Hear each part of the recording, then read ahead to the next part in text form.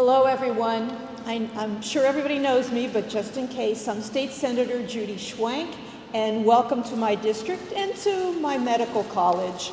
Just happen to have one in my district. Very happy, very, very happy to be here. This is brand new Drexel University College of Medicine, West Reading campus, and it is certainly such an asset to our community. As you may know, 2 weeks ago, the Wolf administration and Secretary Meg Snead, who's here with us today, did something really significant. She announced that the Pennsylvania Department of Human Services would be opting to extend postpartum Medicaid coverage from 2 months or 60 days to 12 months under a provision in the American Rescue Plan. Extended Medicaid coverage is absolutely critical to addressing postpartum morbidity and mortality in Pennsylvania. Right now, there is no question we are leaving low-income women behind. Between 2013 and 2018, Medicaid was the primary source of payment for nearly 53% of pregnancy-associated deaths in Pennsylvania. That's more than individuals who self-paid their insurance or who had private insurance combined. Today, along with two of my co-chairs on the Women's Health Caucus, Representative Mary Jo Daly and Representative Morgan Cephas, who could not be here this morning, I am happy to announce the beginning of the Opt-in PA campaign. Over the next 7 months, the Women's Health Caucus plans to hold a series of events aimed at raising awareness about the need for holistic care and to extend postpartum coverage. And we're going to keep a focus on this issue until it goes in effect in April of 2022. We're going to be talking about this all over Pennsylvania because there is not a corner of the Commonwealth that this issue doesn't touch. Whether we are talking about rural areas, which account for 25% of pregnancy-related death annually, cities like the one I represent here in Reading, Philadelphia, Lancaster, Pittsburgh, or all the suburban areas in between, we all have a stake in this. No one is immune from medical complications related to childbirth, but every mother and child deserves access to the care they desperately need. Not only is this the morally right thing to do, it's critical to the long-term health and success of Pennsylvania. Among Black women especially, we're seeing truly shocking rates of postpartum mortality. Black women are 2.5 times more likely to die due to childbirth complications than white women. In the richest nation in the history of the world, this is just unacceptable. I know Pennsylvania can do better, and frankly, we need to be better. Lives are on the line. We also know that postpartum depression is all too common. 1 in 10 women suffer from postpartum depression, and this can occur anytime, months after childbirth. There's no timeline for it. By extending coverage, Pennsylvania is making sure more women have access to the mental health treatment they need. It can't be overstated how important this problem is. If we're going to find solutions, it needs to be a team effort. We need to harness the power of the entire healthcare sector, advocacy groups, and elected officials to address this issue. I know we have the knowledge and the capability to take it on. Every day, dedicated medical professionals are channeling the latest science and technology for the betterment of people's health. Don't believe me? Look around you. Just look around Berks County and see the things our network of healthcare facilities and educational institutions are able to accomplish. That includes 2 great hospitals in the Reading Hospital, Tower Health, and Penn State Health, St. Joseph Medical Center. We also have the Reading Midwife Center, run by Tammy Whitmer and her excellent team. Where are you back there, Tammy? Okay. Who have been key partners to the Women's Health Caucus and a wonderful source of knowledge to me personally. We have some terrific nursing programs at Albright College, Alvernia University, and at the Reading Hospital School of Health and Science, all of which have produced countless dedicated professionals who are serving on the front lines of the COVID-19 pandemic as we speak. And I cannot forget our community college and our career and technical centers as well as great training facilities for healthcare professionals. And here today, we stand in the newest addition to our network of partners, the Drexel University College of Medicine, West Reading campus. Within this state-of-the-art facility, the next generation of doctors are being educated. In fact, I understand they're being educated as I speak at this moment. I know all of these entities and the many advocacy groups that have worked hand in hand with the Women's Health Caucus will continue to push for progress. In addition to the Reading Midwife Center, two of our most knowledgeable and dedicated allies locally are Dr. Mark Woodland, Chair of the Department of Obstetrics and Gynecology at Reading Hospital, Tower Health. I'm going to add another one here, Dr. Michael Camarano, who has joined us. He's out there, and who is working with the Reading Midwife Center. Amanda Hunter, a licensed clinical social worker who is certified and specializes in perinatal and maternal mental health from Everlasting Wellness. These individuals know a lot about postpartum morbidity and postpartum depression. I want to thank you all for being here today to share your knowledge with us. They'll be speaking shortly. But before I step away, I want to say thank you to the Wolf administration, Governor Wolf, for opting to extend postpartum Medicaid coverage, and to our Secretary of Health and Human Services, Meg Snead. She has brought incredible leadership to this effort. She's jump-started this concept that some of us as legislators and the practitioners have been saying, let's address postpartum health, let's do it now. And she just jumped in and started taking the reins and will help us to make this happen. So Secretary Snead, would you join us would you come up to the podium, please? You're on.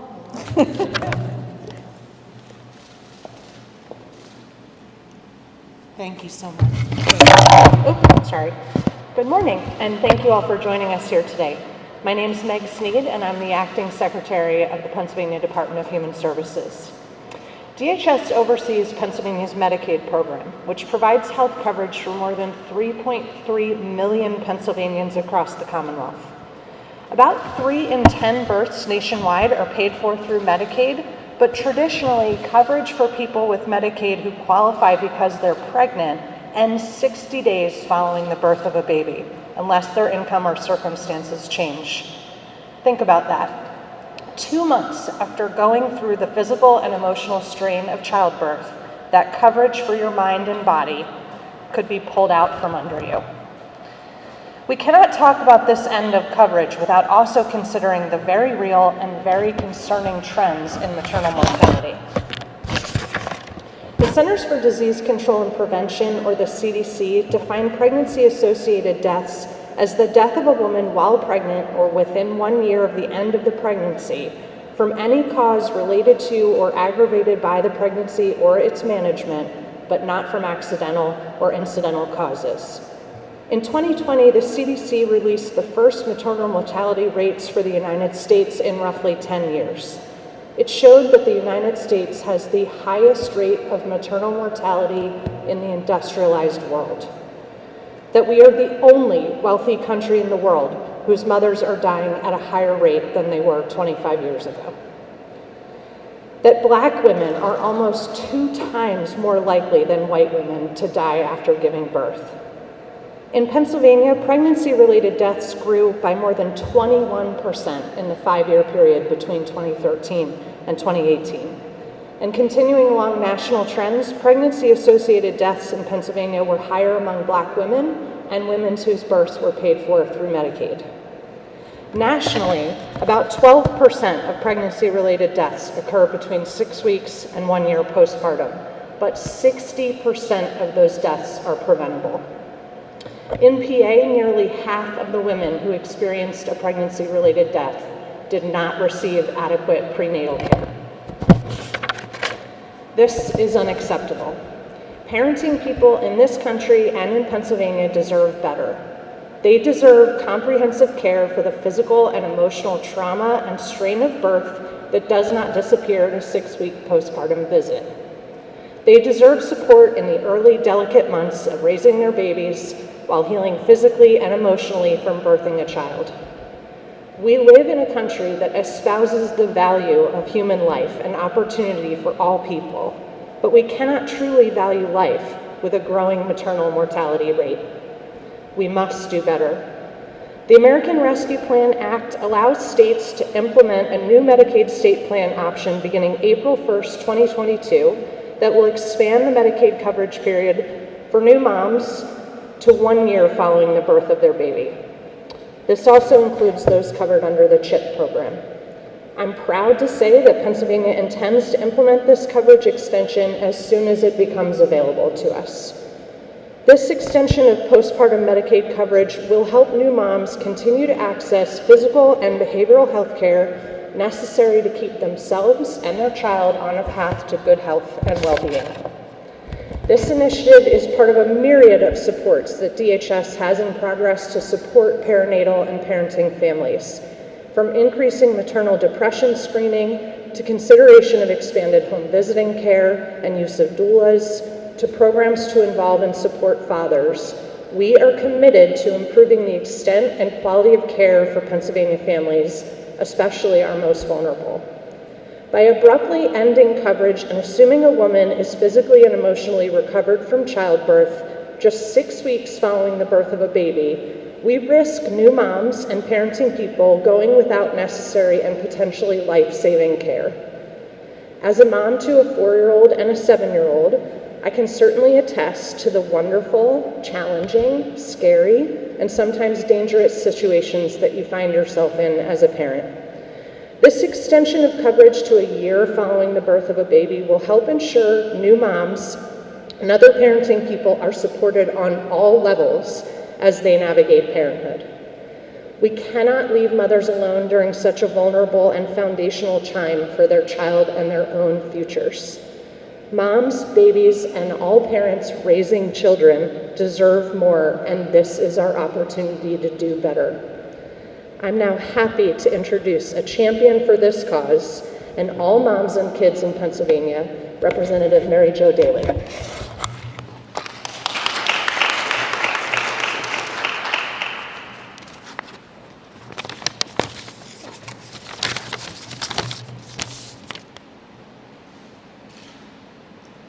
Thank you, Meg. Good morning, everyone, and thank you for being here. I'm Representative Mary Jo Daly from Montgomery County, and I could not be more proud to stand here as one of the co-chairs of the Women's Health Caucus to spread the word that we are serious about improving the lives of birthing people and their children.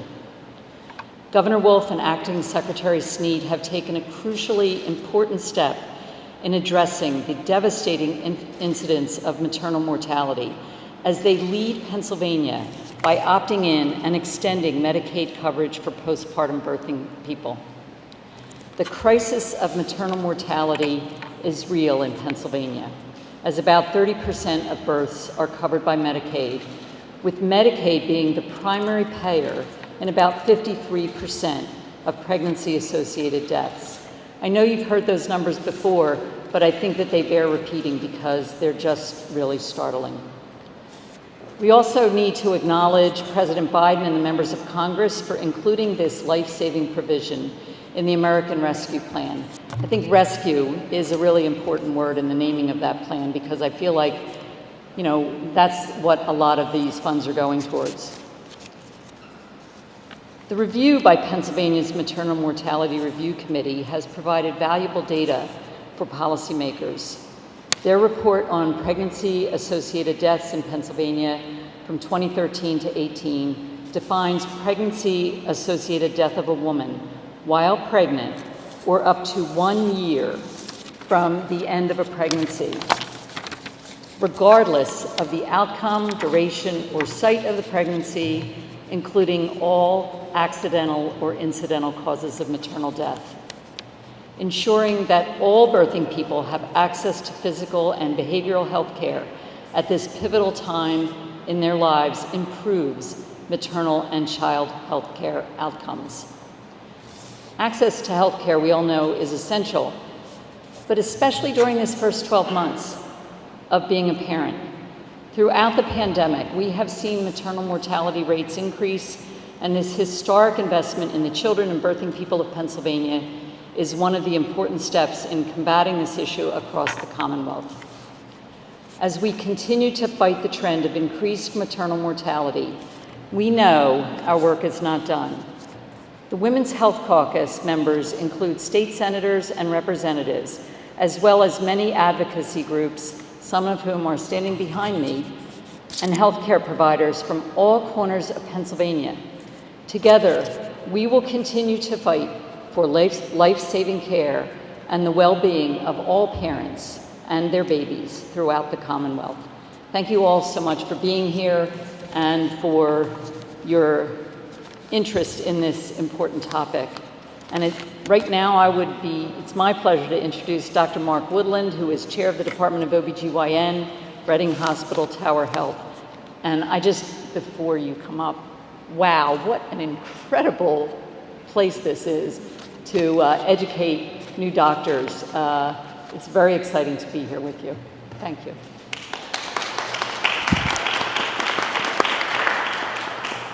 Thank you for having me, and good morning. Yeah, this is a beautiful place, and Judy, it's not just your medical school, it's all of our medical school. And our Associate Dean is in the back there, so Karen Restifo. Thank you, Senator Schwank, Acting Secretary Snead, Representative Cephas, and Representative Daly for including me, and I look forward to Ms. Hunter's words as well. I can't thank my department enough, especially after we recover from the pandemic, and Dr. Nick Camerano's in the audience, and two of our wonderful midwives who are so supportive of maternity care in general, and especially what we're talking about today. They have been stalwarts throughout the last 18 months as we have been frontline providers during this pandemic, looking at women's health issues. As the chair of OBGYN for Reading Hospital Tower Health and Drexel University College of Medicine, women's health and specifically maternity care is paramount to me. As the chair of the State Board of Medicine, access to quality medical care and addressing healthcare needs of our communities are the priorities of the State Board of Medicine. I know that COVID and maternity care has preoccupied our concerns for the last 18 months. And by the way, I cannot miss an opportunity to support vaccine access and acceptance for expectant and new moms. In case you didn't hear me say that, support vaccine access and acceptance for expectant or new moms. But postpartum care and maternal mortality are major issues as well. I used to brag on the fact that we had not reported here in Berks County a maternal mortality between our two major hospitals over the last 5 years. But that was before I realized that it was only from obstetric-related causes, which represent less than 20% of the cases, as outlined in the state report of maternal mortality released in December 2020. We quickly realized we were missing the maternal deaths that occurred during the first postpartum year, as we reviewed 9 deaths that occurred in our system over the last 5 years. 9 deaths that we didn't know had occurred because they occurred outside of the typical obstetrical time, but within the 1 year of postpartum care. During our review, one of our nurses from our Women's Health Center bravely came forward to share her story of how her mother's tragic death when she was just a few months old affected her family and left her and her brother without a mother. Her matter-of-fact presentation brought an emotional reality to the issue for our department and providers that I would love to share with you, and I did invite Tina to be here today. Her story would be compelling, and our summit we have recorded if anybody's interested. The Medicaid expansion provides insurance coverage for those women who need it most, which eliminates just one more barrier to access of care. Postpartum visit compliance is one of our service quality indicators to see how our efforts will positively affect the care of these moms, and hopefully the mortality in our community. The Medicaid expansion for maternity care is a step forward for women in the Commonwealth, and I appreciate this interprofessional approach to bringing this to fruition and moreover communicating important issues to you. As Midge Rindell once said to me, "Mark, what is your interest? How did you get motivated to be in women's health care?" And as the son of a mother, the brother of 4 sisters, and the father of a daughter, if we don't take a stand on women's health care and these important issues, who will? So we need to stand united. So I thank you for including me. I thank you for being able to be here and bring these important messages to you. And I pass this off to Amanda Hunter, a licensed clinical social worker for Everlasting Wellness.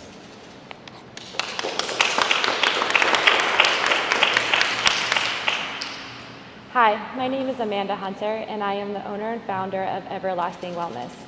Everlasting Wellness is a counseling agency that specifically specializes in women's health, but specifically maternal and perinatal mental health and trauma.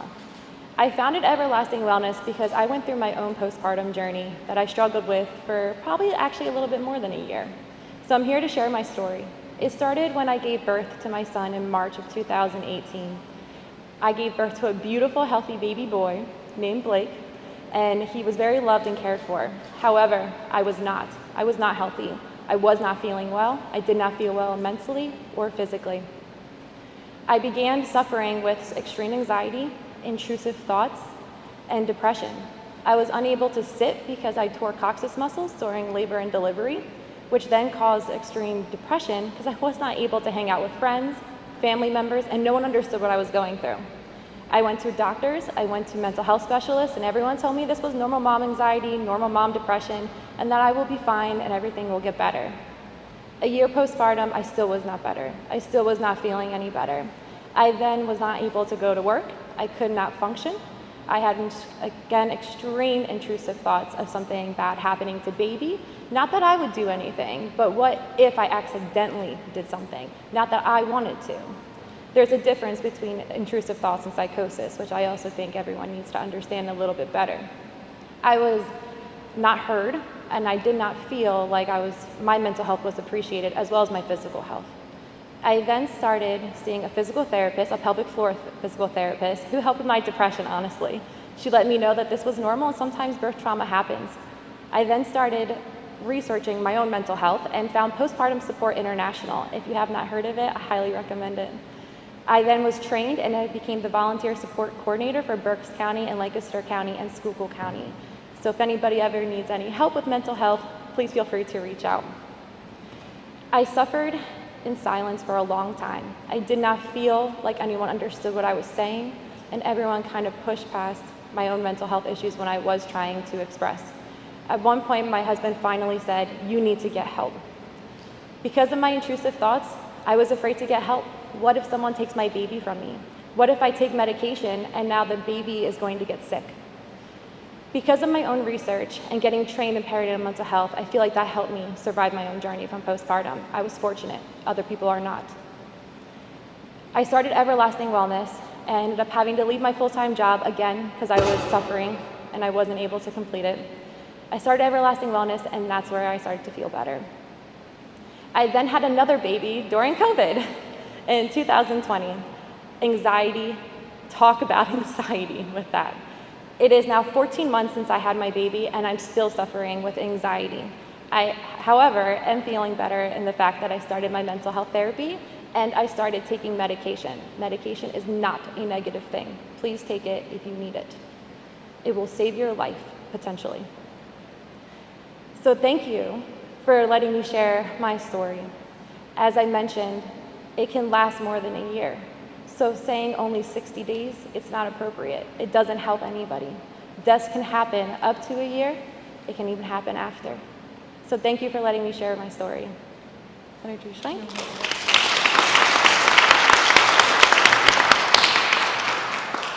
As I'm standing here listening to everyone, I'm thinking it's all well and good as policymakers. You know, we can say this is a good thing to do, but when you hear the practitioners or people who've experienced this themselves say that this is the right thing to extend postpartum coverage, it reinforces for me the job we need to do and gives me energy that we will be able to make this happen in the most timely fashion as we can. Again, thank you to all our speakers. There were a couple up there that didn't want to speak, but I do want to recognize Nicole and Tamara Whitmer from the Reading Midwife Center, who, again, provided so much background information to us and continue to.